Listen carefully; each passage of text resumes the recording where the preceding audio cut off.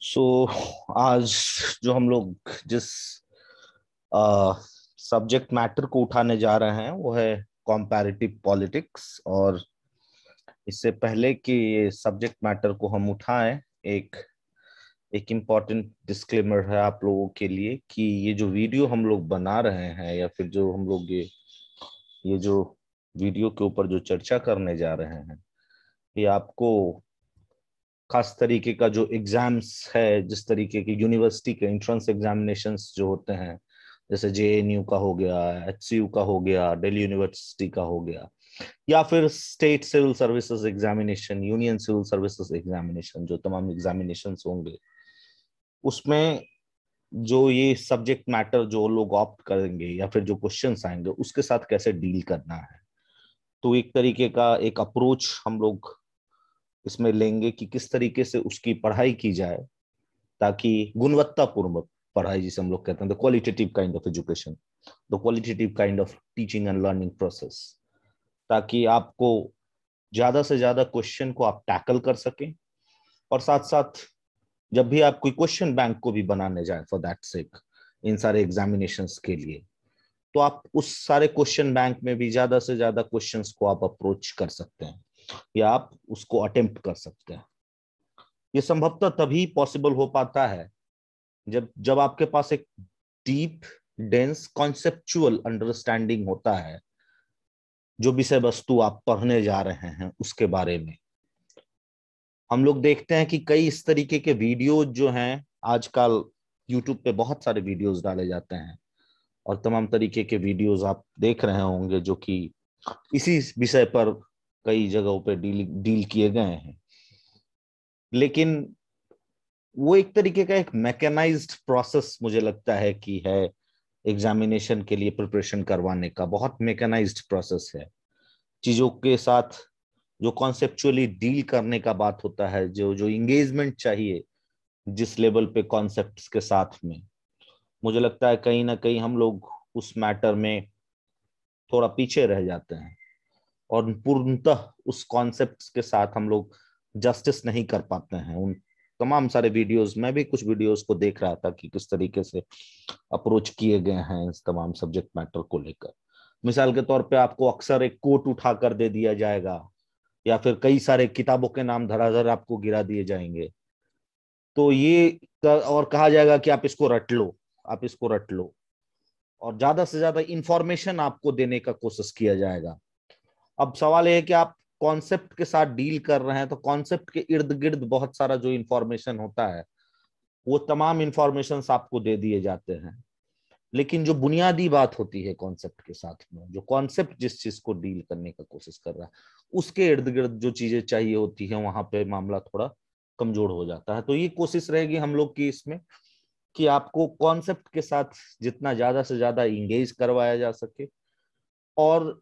इसका यह भी मतलब नहीं है कि आप लोगों को ये इनकरेज मैं कर रहा हूं कि ये वीडियो ही देखिए और आपको पूरा एग्जाम का क्रैक कर जाएंगे, क्रैक कर ले जाएंगे। इस तरीके की बातों को कहने का भी कोई मतलब नहीं बनता है। देयर इज नो रिप्लेसमेंट पढ़ाई किताब को पढ़ने का, आपको किताब पढ़ना ही पड़ेगा। We can not ask you, we can not suggest you कि आप किताब नहीं पढ़ेंगे और मेरे वीडियो को देखिए कि तो आपको सब कुछ समझ में आ जाएगा। इस तरीके का कोई आइडिया नहीं है। लेकिन आपको ये करना है कि जब आप किताब पढ़ने जाते हैं तो एक बैकग्राउंड अंडरस्टैंडिंग जो आपको चाहिए होगा, या फिर चीजें समझने में चीजें आसान हो जाएं उस किताब में जो भाषा लिखी गई है। कतिपय समय मैं देखता हूं कि जो बच्चे होते हैं उसको भाषा से बहुत दिक्कत हो जाती है, उनको भाषा कई बार समझ में नहीं आता है। तो ये तमाम चीजें जो भाषाओं के साथ एक समस्या उठ के आती है, या फिर जो लोग दूसरे स्ट्रीम से हैं फॉर दैट से, जो साइंसेस से हैं और उन्हें अब सोशल साइंसेस में दिलचस्पी बढ़ रही है, उनकी अभिरुचि बढ़ रही है, या फिर वो सोशल साइंसेस में ग्रेजुएशन कर रहे हैं फॉर दैट से, या फिर ग्रेजुएशन कर चुके हैं, एग्जामिनेशन अटेम्प्ट करने जा रहे हैं, तो एक बैकग्राउंड उनको सोशल साइंसेस का मिल सकता है। तो हमारी कोशिश यही रहती है कि आपको जितना ज्यादा हो सके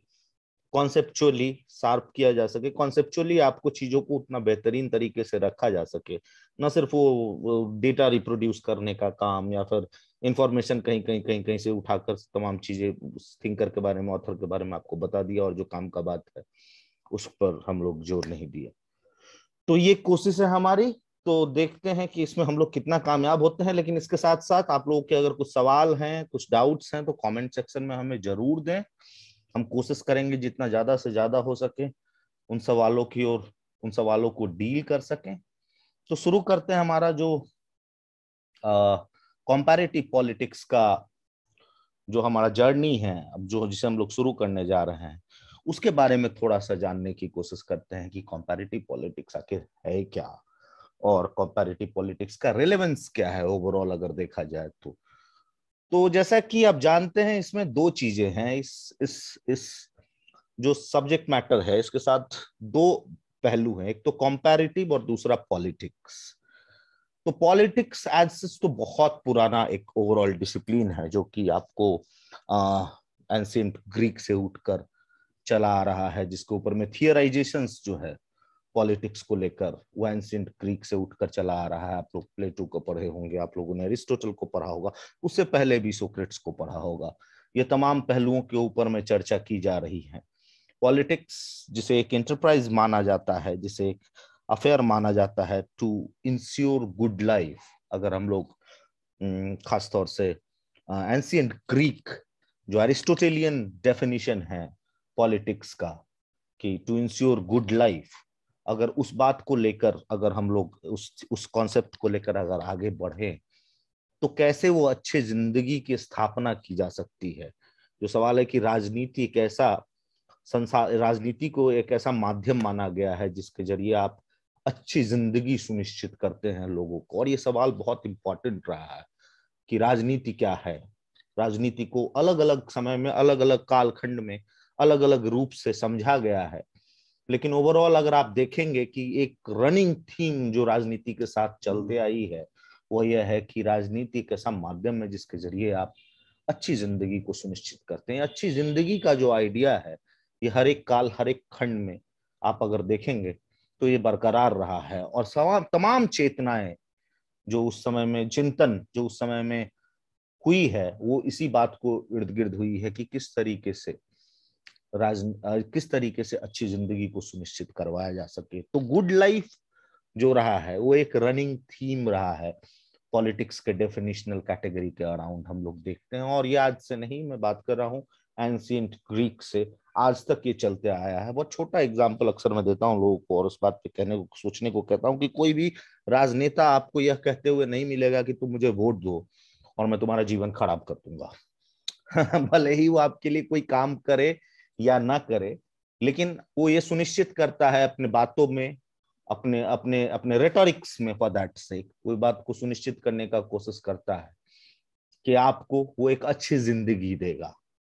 तो ये जो अंडरलाइन थीम है आप देखते हैं ना, ये अंडरलाइन थीम जो है अच्छे दिन आएंगे कि अंडरलाइन थीम, ये अंडरलाइन थीम पॉलिटिक्स के साथ हमेशा से रहा है। अब सवाल यह हो जाता है कि ये बात तो कॉन्सेप्चुअली एस्टैब्लिश्ड है कि गुड लाइफ इंश्योर करना है, उसे कैसे किया जाए। राजनीति अपना दखल जो है वहीं से देती है कि जैसे ही गुड लाइफ पे कॉन्सेंसस बनता है कि किसी भी समाज का,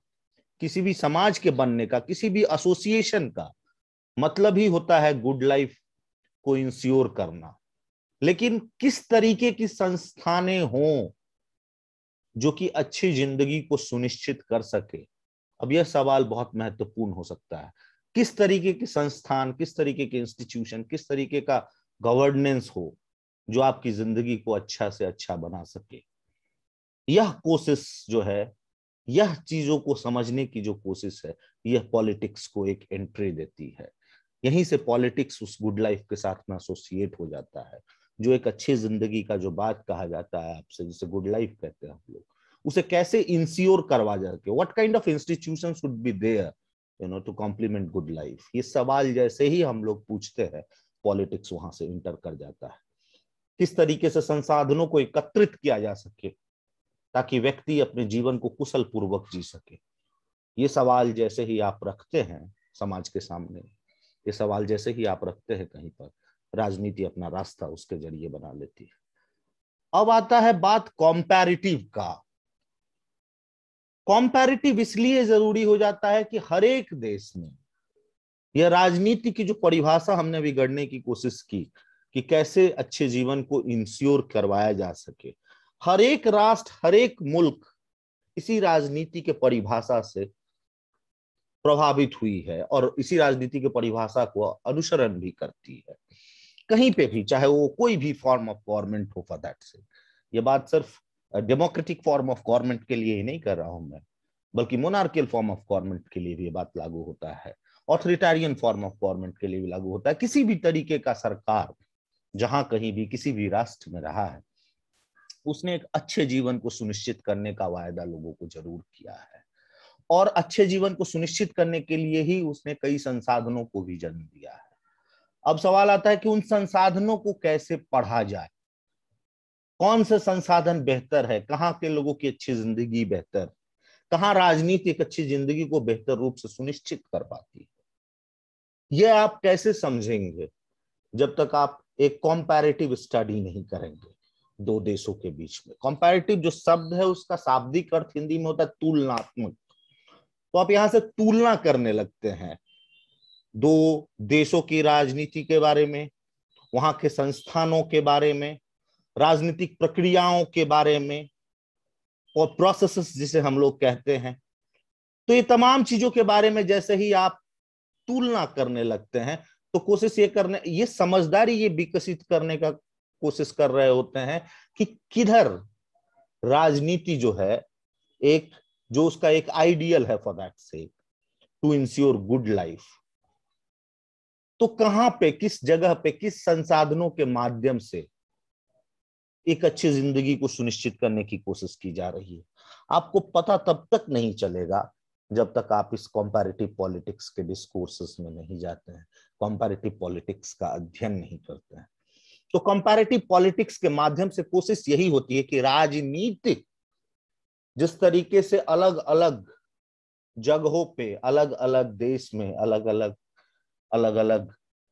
नुक्स and corners of the world one can say, किस तरीके से अपने आप को कार्यान्वित करती है, और उसको कार्यान्वित करने के दरमियान कैसे अपने संसाधनों को जुटाती है। इस बात की भी समझ होनी चाहिए लोगों को कि राजनीति कैसे अपने संसाधनों को जुटाकर अपने लोगों का कल्याण करती है, अपने लोगों के जीवन को अच्छा सुनिश्चित करने का कोशिश करती है। वो क्या अलग संसाधन है जो कि और किसी देश में भी होने चाहिए? क्या कोई यूनिवर्सल संसाधन है?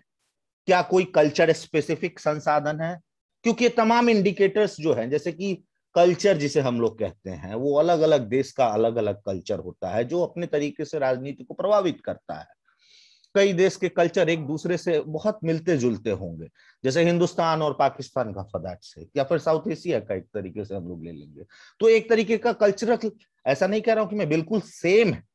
लेकिन एक तरीके का सिमिलैरिटी आपको देखने को मिलेगा। कल्चरल सेम नहीं है, बिल्कुल एकदम समान नहीं है, लेकिन एक सिमिलैरिटी है,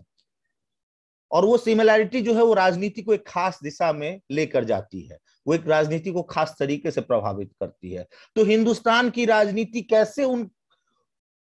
अपने संसाधनों को एकत्रित करती है कि यहां पर प्रजातंत्र भी है और यहां पर लोगों के कल्याणकारी नीतियां भी आती हैं। लेकिन वही चीज अफगानिस्तान में क्यों फेल हो जाता है, वही चीज पाकिस्तान में क्यों फेल हो जाता है? यह समझदारी कैसे विकसित होगी कि जब समानता है, एक तरीके का सिमिलैरिटी है, समानता सिमिलैरिटी है एक तरीके का एक कल्चरल स्फेयर में भारत के पाकिस्तान का। तो भारत में एक तरीके का हम लोग देखते हैं कि प्रजातांत्रिक व्यवस्था है, एक प्रजातांत्रिक व्यवस्था बहुत लंबे अरसे से चली आ रही है यहाँ पर, और पाकिस्तान में यही प्रजातांत्रिक व्यवस्था नहीं है। वहां पे अक्सर सरकारें बदलती हैं, वहां पे मिलिट्री डिक्टेटरशिप हो जाता है, वहां का इंस्टीट्यूशंस इतना ऑटोनॉमस है कि पॉलिटिक्स को सप्रेस कर देता है। खासतौर से ब्यूरोक्रेसी को ले लीजिए, अगर जुडिशियरी को ले लीजिए, डिवीजन ऑफ पावर के मामला में बहुत सारा दिक्कत है। तो क्यों एक ही तरीके का समान कल्चर लगभग शेयर करने के बावजूद भी पाकिस्तान इतना फेल्ड पॉलिटी है या फेल्ड स्टेट की कैटेगरी में कभी कभार चला जाता है? लेकिन हिंदुस्तान के साथ वो समस्या नहीं आई और लगातार प्रजातंत्र चलते रह गया। अब इन सवालों को कैसे समझेंगे, ये बहुत महत्वपूर्ण हो जाता है, और इसको अगर समझना चाहेंगे आप तो आप खुद ब खुद कंपैरेटिव पॉलिटिक्स के डोमेन में चले जाते हैं। तो एज अ विषय वस्तु अगर कंपैरेटिव पॉलिटिक्स का मैं बात करूं तो ये हमें उन तमाम चीजों, उन तमाम पहलुओं के ऊपर में जिसके जरिए राजनीति अनफोल्ड होती है, वो संस्थाएं हो सकती हैं, इंस्टीट्यूशंस जिसे कहा जा सकता है, वो प्रोसेसेस हो सकती हैं, राजनीतिक जो माध्यम है जिसके जरिए पॉलिटिक्स ऑपरेट, तमाम चीजें के ऊपर में जो आप लेंस लगाकर समझने का कोशिश करते हैं, उसी को कंपैरेटिव पॉलिटिक्स हम लोग कहते हैं। As a discipline comparative politics बहुत पुराना डिसिप्लिन है और इसका सर्वप्रथम इस्तेमाल जो है एरिस्टोटल के समय में ही होता है, जब एरिस्टोटल 150 से अधिक देशों के संविधान का स्टडी करते हैं, संविधान को समझने की कोशिश करते हैं और तकरीबन वो 6 तरीके की सरकारों के बारे में कैटेगराइजेशन करते हैं। हम लोग एरिस्टोटल के डिटेल में नहीं जाएंगे, लेकिन आपको एक लेंस देने की मैं कोशिश कर रहा हूं कि एज ए डिसिप्लिन आप देखते हैं कि comparative politics ancient Greek time में ही उभर कर आ रहा था, जब Aristotle more than 156 at least constitution को पढ़ने की कोशिश कर रहे थे, तो वहां के इंस्टीट्यूशंस को पढ़ने की कोशिश कर रहे थे, वहां के गवर्नमेंट को पढ़ने की कोशिश कर रहे थे। तो आप देखते हैं कि कंपैरेटिव पॉलिटिक्स का आप एक शुरुआत में ट्रैक कर सकते हैं। लेकिन बहरहाल अभी के समय में अगर यूं कहें तो कंपैरेटिव पॉलिटिक्स भले ही एक बहुत पुरानी डिसिप्लिन रही हो, लेकिन प्रमुखता आप देखेंगे कि द्वितीय विश्व युद्ध के बाद से ही कंपैरेटिव पॉलिटिक्स का एक विस्तार होता है और उसका आप देखेंगे कि एक डिसिप्लिन स्पेसिफिक हो जाता है कंपैरेटिव पॉलिटिक्स द्वितीय विश्व युद्ध के बाद से,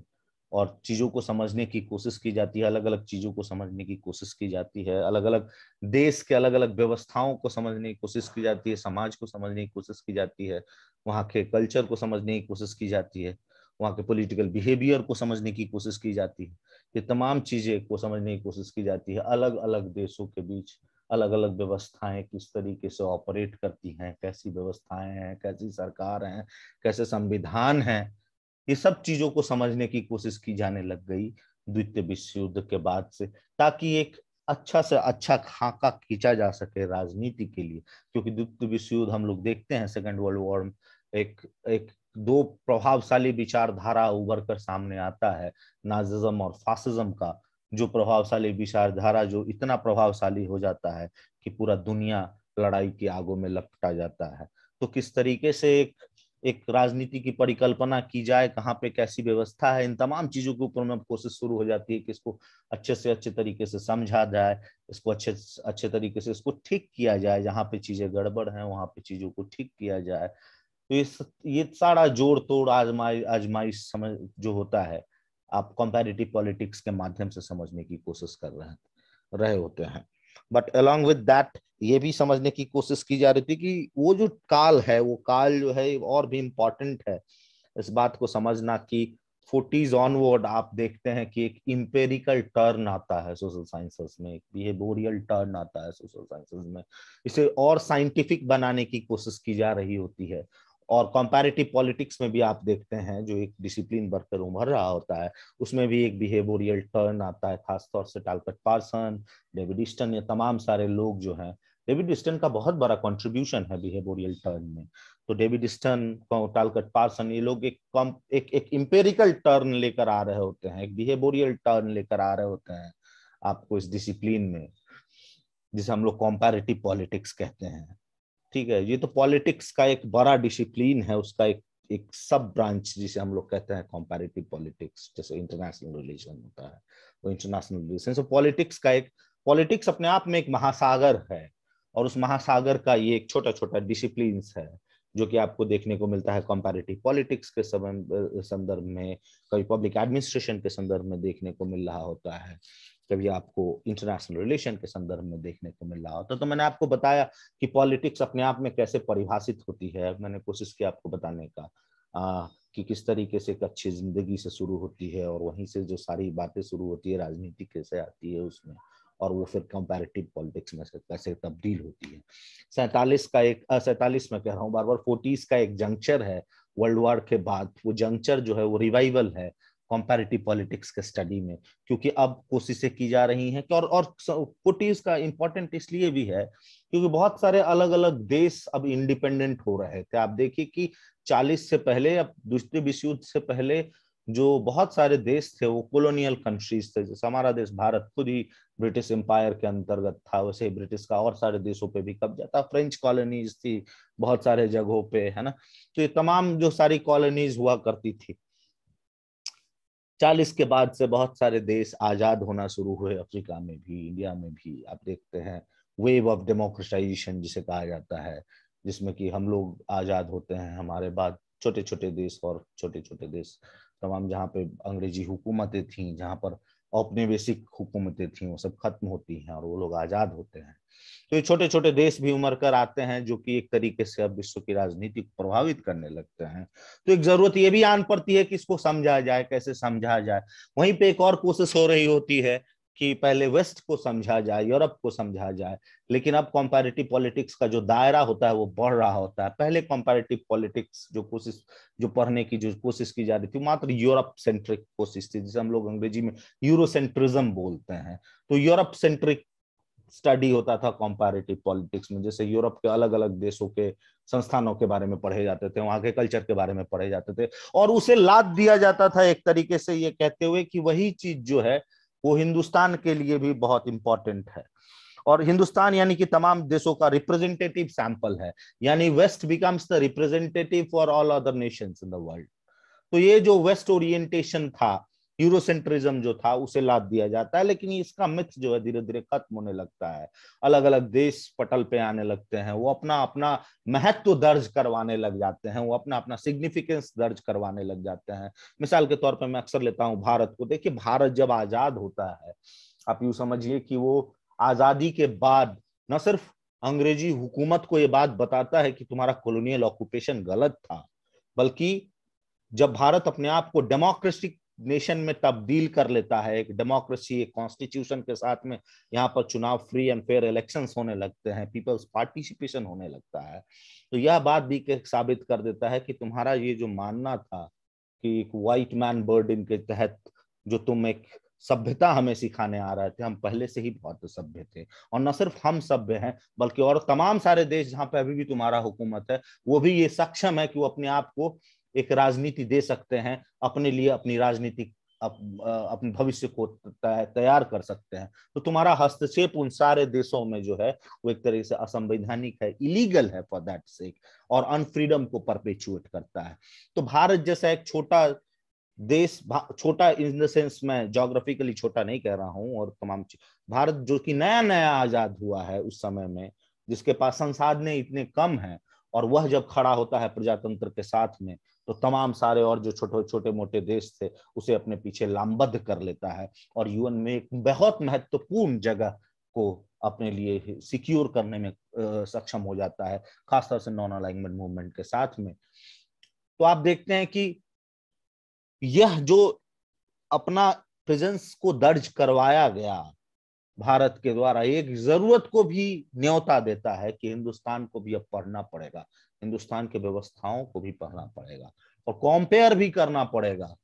उन मुल्कों के साथ में जो सक्सेसफुल डेमोक्रेसी का अपने ऊपर में टैग लेकर रखते हैं, या फिर सक्सेसफुल डेमोक्रेसी होने का दम्भ भरते हैं। भारत जैसा मुल्क जब आजाद होता है तो डेमोक्रेसी को किस तरीके से ट्रांसलेट करता है अपनी जनता में। कहा जाता था कि यहाँ पे इतनी मूर्ख जनता, आप देखिए ना राइटिंग्स अगर आप देखेंगे, खासतौर से जे.एस. मिल की अगर राइटिंग को आप देखेंगे, वो लोग कहते हैं कि जो रिप्रेजेंटेशन है वो कभी भी यूनिवर्सलिस्टिक नहीं हो सकता है।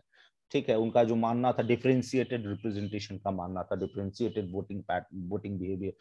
बिहेवियर को लोग प्रमोट करते थे कि प्रबुद्ध वर्ग को 3-4 वोट होने चाहिए, मिडिल क्लास को ये सब 2-3 होने चाहिए, और जो अनपढ़ है उसको 1 वोट होना चाहिए। अनपढ़ देशों के लिए डेमोक्रेसी नहीं है। ये तमाम जो उन लोगों का एक अप्रोच था डेमोक्रेसी को लेकर, हिंदुस्तान जो इतना बड़ा एक उस जिस समय में आजाद हुआ उस समय में एक इलिटरेट कंट्री था, उस समय में बहुत सारे लोग यहाँ पर इलिटरेट थे, पुअर थे, गरीब थे, गुरबा थे। उसके साथ एक राजनीति शुरू होती है, और न सिर्फ शुरू होती है बल्कि विश्व भर में सबसे बड़ी डेमोक्रेटिक नेशन बन के उभरती है, लार्जेस्ट डेमोक्रेसी बन जाता है हिंदुस्तान। यह अपने आप में एक अभूतपूर्व एक ऐतिहासिक मोमेंट है कि किस तरीके से डेमोक्रेसी को हिंदुस्तान कार्यान्वित कर पाता है। अंग्रेजों का यह मानना था, जब अंग्रेज यहाँ से जा रहे थे तो उनका मानना था कि वो जब तक समुद्री तट पे उतरेंगे तब तक हिंदुस्तान से फोन आ चुका होगा कि तुम लोग वापस आ जाओ, हम शासन नहीं कर पा रहे हैं अपने आप को। ये जो मिथ था ब्रिटिश एम्पायर का कि हमसे ही चलता है पूरा दुनिया और हम ही चला सकते हैं पूरे दुनिया को, इस मिथ को किस तरीके से हिंदुस्तान एक प्रबल रूप से तोड़ देता है। और न सिर्फ तोड़ता, एक डेमोक्रेटिक फॉर्म ऑफ गवर्नमेंट के साथ तोड़ता है। ये बहुत सिग्निफिकेंट है, अंडरलाइन करने की जरूरत है इस बात को, क्योंकि तोड़ने के लिए तो फिर पाकिस्तान भी खड़ा हो जाता है, लेकिन तुरंत आजादी के कुछ ही साल बाद देखिए पाकिस्तान डिक्टेटरशिप के हाथ में चला जाता है। लेकिन इंडिया में वो जस्ट 2 ईयर्स 75 से 77 का जो एक हिकअप है जिसे हम लोग कहते हैं अंग्रेजी में, अगर उस 2 ईयर को छोड़ दीजिए तो एक हिस्ट्री रहा है डेमोक्रेसी का। हम लोगों ने लोकल लेवल पे गवर्नमेंट बनाई है, डेमोक्रेटिक गवर्नमेंट्स बनी, हमारे एक फेडरल व्यवस्था है, हमारा अपना एक संविधान है, डिवीजन ऑफ पावर है, चेक्स एंड बैलेंसेस के सिस्टम है, इंस्टीट्यूशनल कितना रोबोस्ट डेवलप हुआ। ये तमाम चीजें कहीं ना कहीं उस मिथ को तोड़ती हैं जो मिथ ब्रिटिश हुकूमत ने क्रिएट किया था कि अगर वो है तभी वो लोगों को संभ्रांत और सुसज्जित बना सकते हैं, वो लोगों को सिविलाइज कर सकते हैं, वरना हम लोग जो हैं वो उनके कैटेगरी में सभ्य और संभ्रांत नहीं थे। हम लोग जो थे काफी दानवीय प्रवृत्ति वाले लोग थे, या फिर यूं कहिए हम लोगों को माना जाता था कि हम लोग जो थे वो एक तरीके से unfit for being democratic nation और अनफिट फॉर बीइंग नेशन थे। हम लोगों ने अपने राष्ट्र को भी एक तरीके से संगठित किया, जो डिवाइड एंड रूल करके हमारे यहाँ बंटवारा तो करके चले गए थे, लेकिन उसके बाद भी जो अलग अलग नेशनल एस्पिरेशंस थी उसे हम लोगों ने एक हिंदुस्तान के नेशनल एस्पिरेशन में कंसोलिडेट भी किया और साथ साथ एक डेमोक्रेटिक फॉर्म ऑफ गवर्नमेंट भी किया। तो ये अपने आप में एक बहुत महत्वपूर्ण घटना था जो कि इस बात को भी दर्शाता था कि अब India needs to be counted and needs to be counted at the level of world politics. तो इसको भी पढ़ा जाने लगा, इसको भी समझने की कोशिश की जाने लगी, और यहीं से आप देखते हैं और इस तरीके कई अलग अलग देश भी 40 के बाद से निकल कर आने लगते हैं जिनका एक अपना ही रेलेवेंस होता है ग्लोबल पटल पर, उन्हें भी पढ़ने और समझने की कोशिश की जाने लगी। और इसी के साथ हम देखते हैं कि व्यापक रूप से आप कॉम्पैरेटिव पॉलिटिक्स जो है वो जन्म लेने लगता है और उसका प्रासंगिकता ओवरऑल हम लोग ऐसे ही समझने की कोशिश करते हैं। तो इस वीडियो को मैं यही खत्म करता हूं। ये इंट्रोडक्शन एक रहा आप लोगों के लिए on the subject of comparative politics, what is its relevance and how can we study it. Thank you.